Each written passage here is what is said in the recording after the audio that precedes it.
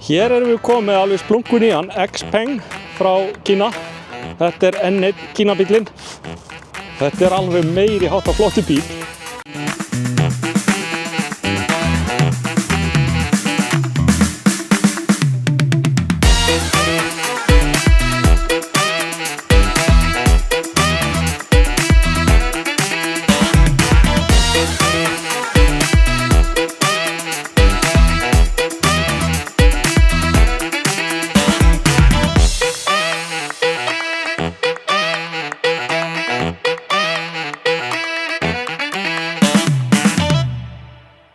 Og það sem meira að það óbóðslega gott að keyra hann líka. Og það þriðja það að hann lítur bara út eins og Mercedes-Benz jafnvel, eða Volvo XC90 eða Volvo EX90, einhver Land Rover típa, en hann kostar ekki nema 10,9 milljónir miðað við svona bíl. Þetta rafmagnsbíll, 100% rafmagn, og hann með 98 kWh rafhlöðu. Ef þú ferð með hann á hleðslustöð, þar sem þú farið nógu mikið afl, nógu mikil orku, þá getur þú hlaðið alltaf 300 kWh inn á hann í einu. Og til að mynda þá ertu ekki nema kannski 5-6 mínútur að hlaða hann 100 km.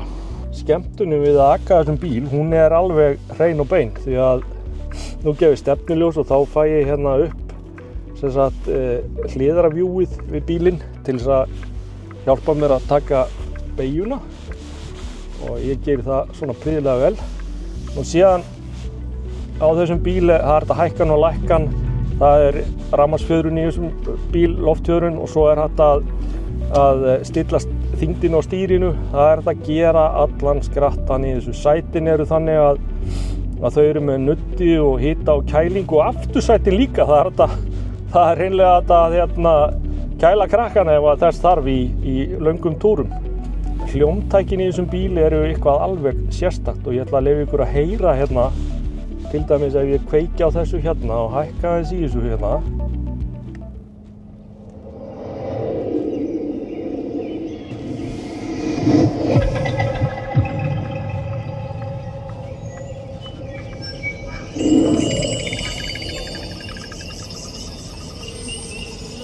Dragnin á þessum bíl alltaf 570 km. Hann fjórhjóladrifinn. Þú getur líka fengið hann afturdrifinn, og þá hann með náttúrulega bara einu mótor og fer eitthvað aðeins skemmur.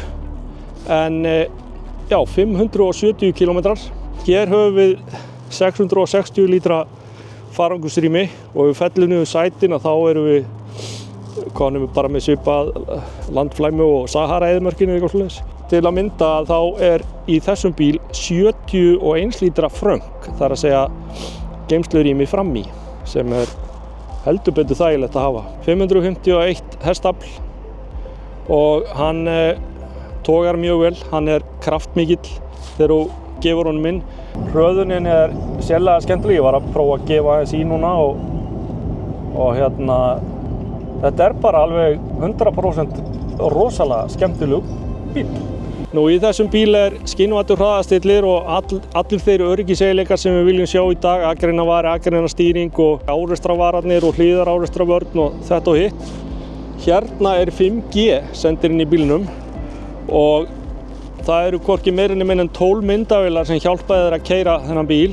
Hann gefur þér upplýsingar hitt og þetta meðan á akstrinum stendur, sem auðvelda þér aksturinn. Nú það ekki þetta lítarkerfi í honum sem fullkomin sjálfkeyrandi akstur, en það þurfum við ekkert á því að halda, því að það ekki í boði á Íslandi og Evrópu.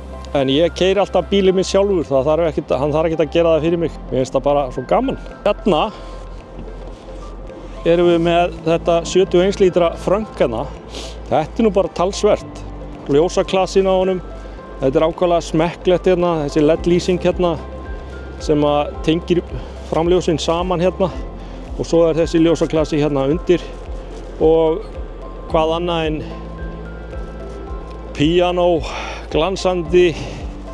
Það nota að bóna þetta, og síður gert innan í bílnum.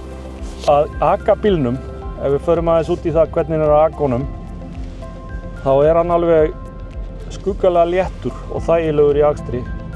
Hann lipur og hann aflmikill, hann alveg rífur sig af stað. Það samt ekkert svona spark í rassinn eða neitt svoleiðis, en ég vil ekki hafa það í svona bíl, í svona sportjeppa. Ég vil bara hafa nægt afl, ég vil hafa lipran og ég vil að manni líði vel þegar maður að aka að það að breytast bílamarkaðurinn. Þetta að verða öðru sem það var.